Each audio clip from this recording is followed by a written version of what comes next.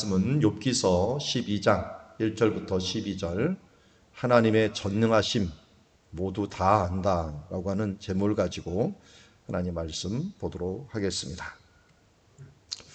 자, 1절부터 한 절씩 교독합니다. 욥이 대답하여 이르되 너희만 참으로 백성이로구나. 너희가 죽으면 지혜도 죽겠구나. 나도 너희같이 생각이 있어 너희만 못하지 아니하니 그 같은 일을 누가 알지 못하겠느냐. 하나님께 불러 아뢰어 들으심을 입은 내가 이웃에게 웃음거리가 되었으니 의롭고 온전한 자가 조롱거리가 되었구나. 평안한 자의 마음은 재앙을 멸시하나 재앙이 실족하는 자를 기다리는구나. 강도의 장막은 형통하고 하나님을 진노하게 하는 자는 평안하니 하나님이 그의 손에 후히 주심이니라. 이제 모든 짐승에게 물어보라. 그것들이 내게 가르치리라. 공중의 새에게 물어보라. 그것들이 또한 내게 말하리라. 땅에게 말하라. 내게 가르치리라. 바다의 고기도 내게 설명하리라.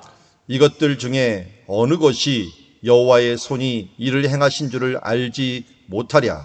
모든 생물의 생명과 모든 사람의 육신의 목숨이 다 그의 손에 있느니라. 입이 음식의 맛을 구별함 같이 귀가 말을 분간하지 아니하겠느냐.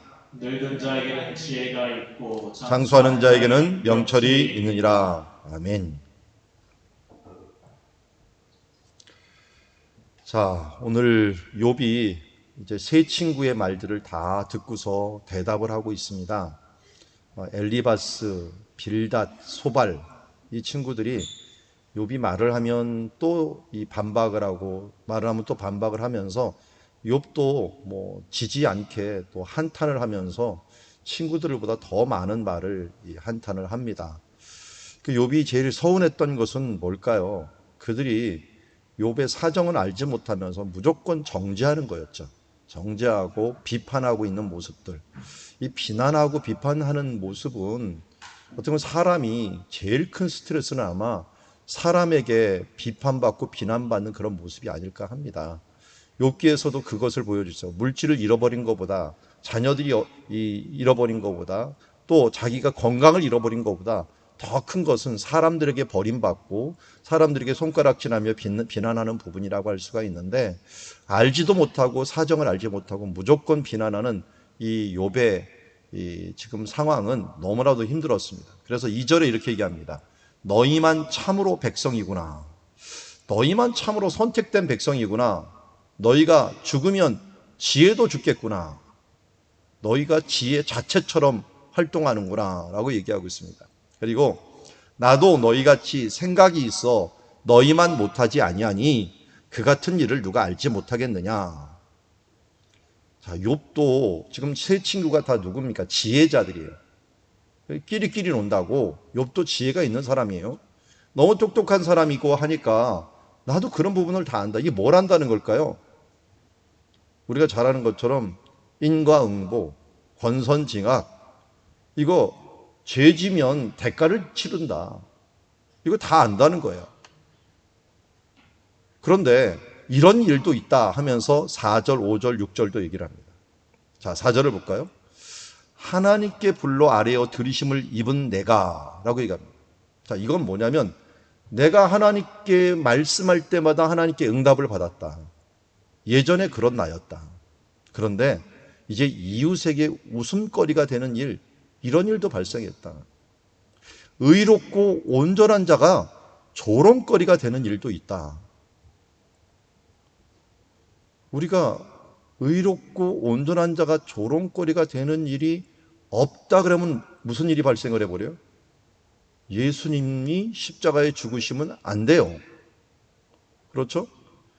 다윗 같은 사람이 기름 부음 받고 쫓겨다녀갖고 고생하면 안 돼요. 사도 바울처럼 거지나 다름없이 살다가 순교하면 안 돼요. 왜? 의롭고 온전한 자가 조롱거리가 되는 일이 없다면. 오늘 성경은 그런데 그런 일도 있다. 욥이 얘기하는 거예요. 너희들이 생각하는 인과응보하는 거, 권선징악, 뭐 착한 일을 하면 당연히 좋은 것을 받고 악한 일을 하면 반드시 대가를 치르는 거야. 벌을 받는 거야. 안다. 그렇지만 이거 외에도 이런 일도 우리 가운데 일어난다 하는 부분들을 얘기한 거죠. 자, 5절에 보면 이렇게 합니다. 평안한 자의 마음은 재앙을 멸시하나. 평안할 때는 사람들이 뭐라 그러냐면, 야, 저렇게 재앙받는 사람 다 이유가 있어서 재앙을 받는 거야 하면서 평안할 때는 그렇게 얘기한다는 거예요. 그런데 재앙이 잘 기다리고 있다가 누가 발을 헛디디는가 하는 것을 기다리고 있다는 것도 잊지 말아라. 인간이 실수하는 사람 없고 잘못한 사람 없기 때문에 조금만 실수하면 그 재앙이 그를 기다렸다가 그를 무너뜨리는 것도 잊지 마라. 그리고 6절에 이런 것도 있다. 강도의 장막이, 강도의 집이죠. 강도의 집이 형통하고 하나님을 진노하게 하는 자는 평안하니. 이 평안하다는 말을 바타흐라는 말로 쓰는데 이것은 안전하다라는 뜻이에요. 안전하다. 아니, 하나님을 진노하게 하는 사람이 어떻게 안전할 수가 있어요? 그렇게 되는 일도 있더라. 근데 하나님이 차라리 그의 손에 후히 주심으로 말미암아, 그 손에다가 쥐어줌으로 말미암아 그가 평안할 때가 있고 형통할 때가 있다. 이것 때문에 시험을 많이 들죠. 저도 이제 신방을 이것저것 해보고 사람들을 보면은 하나님이 그렇게 기도했는데 왜 내 기도를 안 들어주느냐. 제 친구들 가운데 그랬어요. 제 친구 중에 한 명이 고등학교 때까지 저하고 같이 교회를 잘 다녔던 친구인데 아버님이 병이 들어갔고 이제 돌아가실 때가 다 됐어요. 그런데 내가 좀 하나님 앞에 살려달라고, 자기 아버지를 살려달라고 그렇게 기도한다 그랬는데 막 기도원도 가고, 칠보산 기도원이라고 하는 데 있어요. 거기 가고 저하고 같이 막 동굴에 들어가서 기도도 하고 막 했어요. 저도 같이 기도를 해주고. 그런데 아버님이 돌아가셨어요. 그리고 나다 보니까 이 실망을 해갖고 믿음이 탁 떨어져갖고 이제 고등학교 졸업한 다음에 대학교 때는 교회를 안 나오더라고요. 그렇게 실족한 사람들이 상당히 많아요. 그런 사람들은 무슨 생각을 가지는 거예요? 여기 있는 새 친구 생각을 가지는 거예요. 아니, 노력했으면 응답을 해주셔야지. 최소한 이렇게 부르짖었으면 하나님께서 이렇게 응답하는 거 마땅하지 않아? 라고 생각한다는 거예요. 이것 때문에 하바국 선지자도 이것 때문에 외치다가 무슨 응답을 받았어요? 의인은 뭘로 살리라? 믿음으로 말미암아 살리라. 의인은 어떤 결과로 사는 것이 아니라 그리 아니하실지라도 그럼에도 불구하고 믿음으로 사는 건데 그것을 알기까지는 이 4절, 5절, 6절을 인정해야 돼요. 이런 일이 세상에 일어나고 있다. 그렇지만 우리는 이게 끝이 아니라는 것도 알아요. 이 땅에서 잠시 잘 먹고 잘 살고 그러다가 죽을 때까지 때깔 좋게 죽는 사람들이 있지만 시편 73편의 저자처럼 그들이 졸지에 망하였구나 하는 것을 하나님 성전에 와서 하나님께서 이루시는 마지막 모습을 보니까 그들이 죽으면서 지옥 나락으로 떨어지는 것들을 보게 된 거예요. 이 땅에서 잠시 잘 살다 가지만 그들은 마지막에는 저 지옥 구덩이에서 큰 고통 가운데 죽어가는구나 하는 부분들을 바라보면서 야, 이게 이 땅에서도 불의한 일들, 불공평한 일들이 지속적으로 일어나지만 그러나 마지막에는 하나님께서 이 모든 것을 갚아주시는구나 하는 것을 시편 기사도 알게 되고 그러니까 하박국은 뭘 깨달은 거예요. 내가 무화과 나뭇잎이 마르고 포도 열매가 없고 감람나무 소출이 없고 밭에 식물이 없고 이게 봄, 여름, 가을 모든 식물들이거든요. 이 부분들이 아무것도 없고 외양간에 송아지도 없고 목축업을 할 수 있는 양의 우리도 없을지라도 내가 여호와로 인하여 기뻐하리라 라고 말하는 것들은 바로 이러한 세대에 있으면서도 불구하고 그럼에도 불구하고 내가 믿음으로 살겠노라 라고 하는 것을 선언하는 거죠. 근데 요번 지금 친구들한테 이걸 얘기하고 있는 거예요. 야, 이런 세계도 있다라고 하는 거죠. 자, 그리고 7절부터 하나님이 전능하시다라고 하는 것. 하나님의 놀라우심을 지금 친구들은 계속 빗대어 갖고 하나님이 다 아신다. 하나님이 전능하시니까 너한테 죄에 대해서 아시는 거다. 하나님이 내 모든 죄들을 다 아는 거다 하는데 누가 하나님의 전능하심 모르느냐. 그러면서 7절에 이렇게 얘기합니다. 모든 짐승에게 물어봐라. 그것들을 내게 가르쳐 줄 것이다. 공중의 새에게 물어봐라. 그것들이 또한 내게 말할 것이다. 땅에게 말해봐라. 내가 가르치리라. 바다의 고기도 내게 설명하리라. 여기 보면 땅에게 말하라는 표현도 되고요. 땅의 짐승이 너에게 가르칠 것이다. 이런 표현도 돼요. 그리고 바다의 고기도 내게 설명해 줄 거다. 그러니까 보니까 어떤 거예요? 이게 이제 모든 짐승과 그리고 공중의 새, 땅에 기는 모든 것, 그리고 바다의 고기들, 이 모든 것들이 뭘 알려주는 거예요? 하나님이 어떤 분인가를 알려주는 거예요. 그러면서 9절에 이것들 중에 어느 것이 여호와의 손이 이를 행하신 줄을 알지 못하느냐.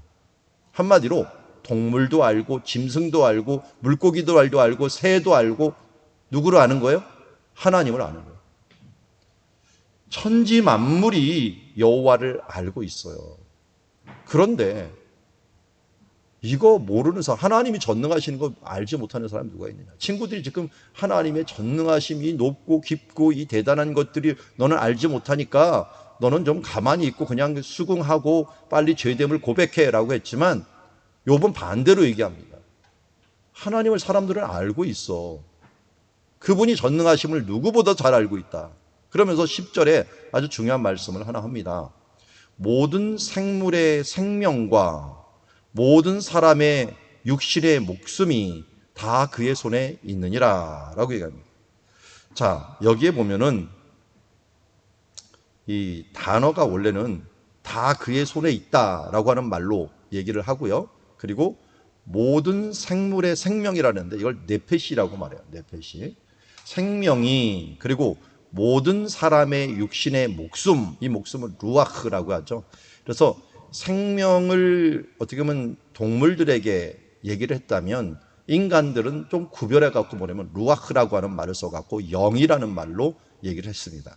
그래서 물론 비슷한 말이기도 합니다. 그렇지만 이 네페시와 루아흐, 이 혼과 영으로 구분되는데 동물들의 혼과 사람들의 영이 다 그의 손에 있다. 그가 다 다스리고 있다라고 하는 부분들을 분명히 합니다. 그러므로 뭘 안다는 거예요? 천지 만물을 통해서. 그리고 이렇게 일어나는 일들을 통해 갖고, 그러니까 앞에 있으면 인과응보라고 하는 하나님의 일으키시는 일들, 이 앞에 있는 일들이죠. 일들을 통하여 하나님이 계시다는 것. 그 다음에 여기 있는 모든 이 생물들을 통하여 하나님이 계시다는 것. 그리고 뭘로 알 수 있냐? 11절에 보면 입이 음식의 맛을 구별함 같이 귀가 말을 분간하지 아니하느냐라고 합니다. 이건 원어로 보면 이렇게 얘기를 합니다. 입이 먹는 것을 맛보고 그리고 귀가 말을 구별을 한다라는 거예요. 그러니까 입은 뭐 하는 거예요? 맛보는 기관이고 귀는 듣는 기관이죠. 그래, 입이 맛보고 귀가 듣지 않느냐. 그러니 이거 조금만 귀를 기울이고 조금만 냄새 맡고 집중을 하면은 이런 모든 일들을 알 수 있다라고 말씀하고 있어요. 오늘 두 자매가 왔는데 자매 이름이 제가 둘 다 져줬거든요. 그래서 이름이 맨 처음에 아인이는 눈이라는 뜻이고 동생 이름이 뭐지? 아진이는 귀라는 뜻이에요. 귀라는 뜻인데 여기 11절에 귀가 말을 분간하지 아니하겠느냐라고 하는데 아진이는 귀가 좋아야 되고 아인이는 눈이 좋아야 돼요. 그리고 아인이가 확실히 눈이 좋은 것 같아요. 옛날에 제 어렸을 때 막 설교를 그림으로 그리더니 그 그림 그리는 것들과 지금까지 발전을 시켜갖고 막 디자인까지 한다고 하니 참으로 놀랍게 발전을 했고 이름대로 한다면은 아진이는 이제 귀가 밝아갖고 사람들의 말들을 잘 분별할 수 있는, 분간할 수 있는 언어 능력, 외국어 능력이 뛰어날 수도 있을 것 같아요. 왜냐하면 이게 귀가 발달해야지 외국어를 잘 알거든요. 그러니까 그런 능력으로 잘 가기를 바랍니다. 당연한 거예요. 우리가 귀는 잘 들으라고 있는 거고, 눈은 잘 보라고 있는 거고, 입은 맛을 보라고 있는 거예요. 이거 당연한 것 아니에요? 근데 하나님께서 우리에게 영을 주셔갖고, 하나님의 영을 심어 주셔갖고, 이 땅과 이 우주 가운데 있는 것들을 구별하고 보고 깨달으라고 줬는데, 사람들이 그것을 깨닫지 못하는 게 문제지, 하나님이 깨닫게 하신 것들을 왜 안 보여줍니까? 라고 말하는 게 아니고, 왜 안 들려줍니까? 하는 게 문제가 아니라, 사람들이 듣지 않기 때문에 그렇죠. 사람들이 보지 않기 때문에, 맛보지 않기 때문에 하나님의 은혜를 알지 못하는 거죠. 그리고 또 하나님의 뜻을 알 수 있고 하나님의 전능하심을 알 수 있는 길 중에 12절에 보면 늙은 자에게 지혜가 있고 장수하는 자에게 명철이 있느니라. 이건 뭘 의미하냐면 경륜이 있으면 자꾸만 쌓이다 오면 이 세상의 이치를 알게 된다는 거죠. 그래서 우리가 시간이 지나야죠 깨닫는 것들이 있어요. 늙은 자 중에 최고로 늙은 자가 누구겠습니까? 좀 늙었다라면 좀 이상하지만 장수하는 자 중에 최고로 장수하는 자가 누구겠어요? 하나님이에요.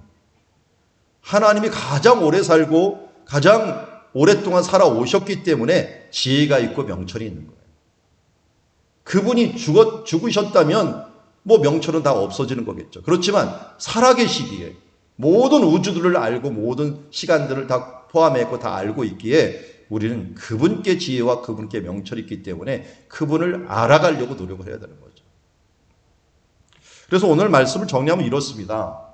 하나님의 전능하심, 전능하심을 다른 말로 하면은 하나님의 뜻이라고 합시다. 하나님의 뜻을 원래는 우리가 다 알 수가 있어요. 다 알 수가 있어요. 어떻게 하나님의 뜻을 알 수가 있습니까? 돼가는 일을 보면 알아요. 스펄전 목사님 말처럼 내가 신문 하나를 한 손에 들고 한 손에 성경책을 들고 성경의 눈으로 이 시대에 돼가는 일들을 잘 보면 하나님이 뭐라고 말씀하시는지를 볼 수 있다라고 얘기를 합니다.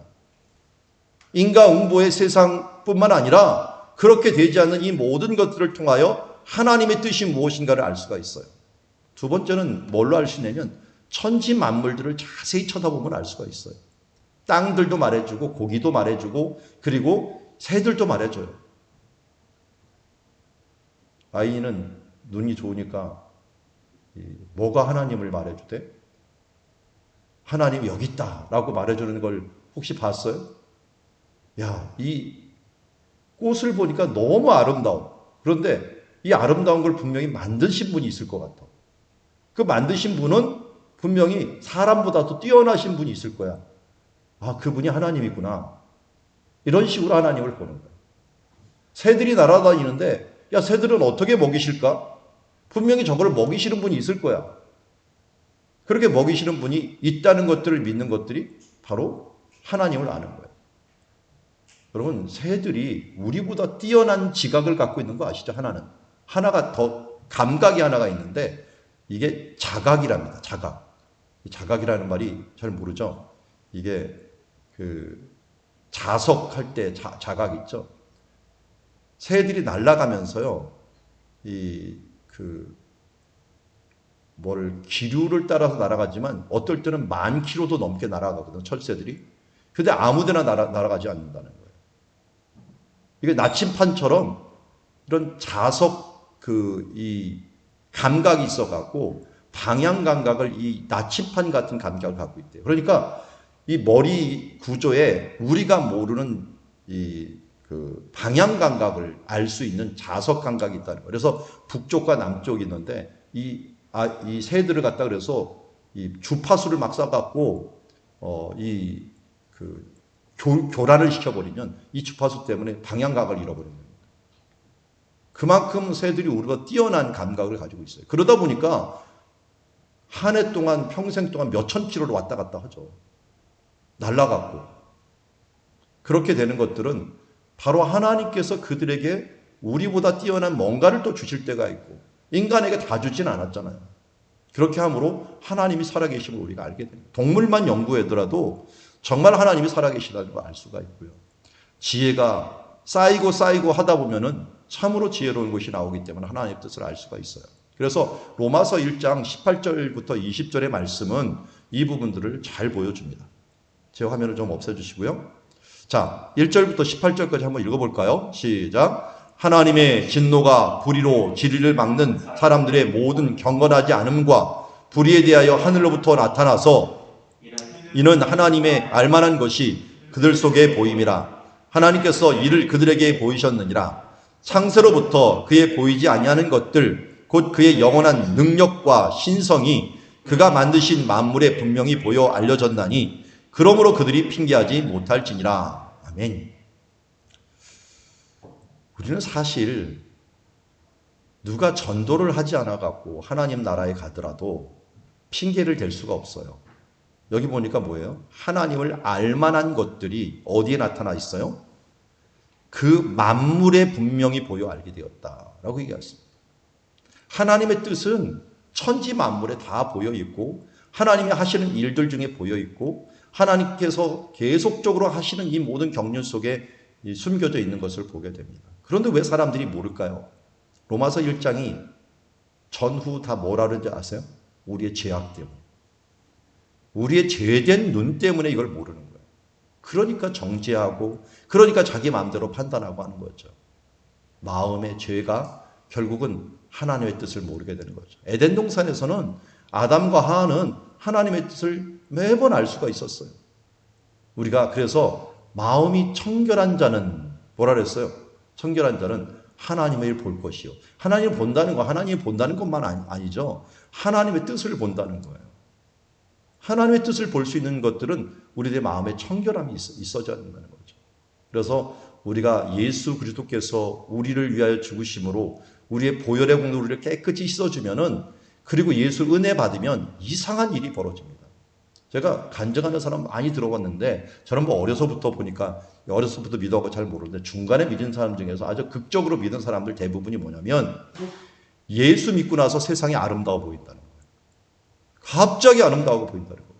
그렇게 괴롭고 힘들었던 세상이 예수님을 알게 되는부터 눈이 변화해갖고 야 이렇게 들풀도 아름답고 여기 있는 이 장소가 이렇게 아름다웠던가 맨날 지나가던 이곳이 이 하늘이 이렇게 아름다웠던가. 왜요? 하나님의 만물을 볼 때 거기에 보이지 않는 하나님의 신성, 영원하신 능력과 신성이 그곳에 숨겨져 있는 걸 볼 수 있는 눈이 열렸기 때문에 그렇습니다. 그래도 우리가 보지 못하는 것들이 문제가 아니고 듣지 못하는 것들이 문제가 아니라 이게 하나님의 눈, 하나님의 이 귀를 가지고 하나님의 눈을 가지고 쳐다보지 못하기 때문에 그것으로 맛보지 못하기 때문에 우리가 이 뜻을 알지 못하는 것이다 하는 것을 다시 한번 깨닫고 우리가 하나님의 전능하심과 하나님의 뜻을 진정으로 알기 위해서라도 우리도 주 예수 바라보면서 찬양하면서 예배하면서 그분이로서 거룩한 힘을 덧입고 성령으로 덧입어 거룩한 눈을 가지고 이 세상을 바라보고 은혜의 눈을 가지고 하나님의 나라를 바라볼 수 있는 그의 눈이 열려지는 성령 충만한 하나님의 자녀들이 되기를 주의 이름으로 축원합니다.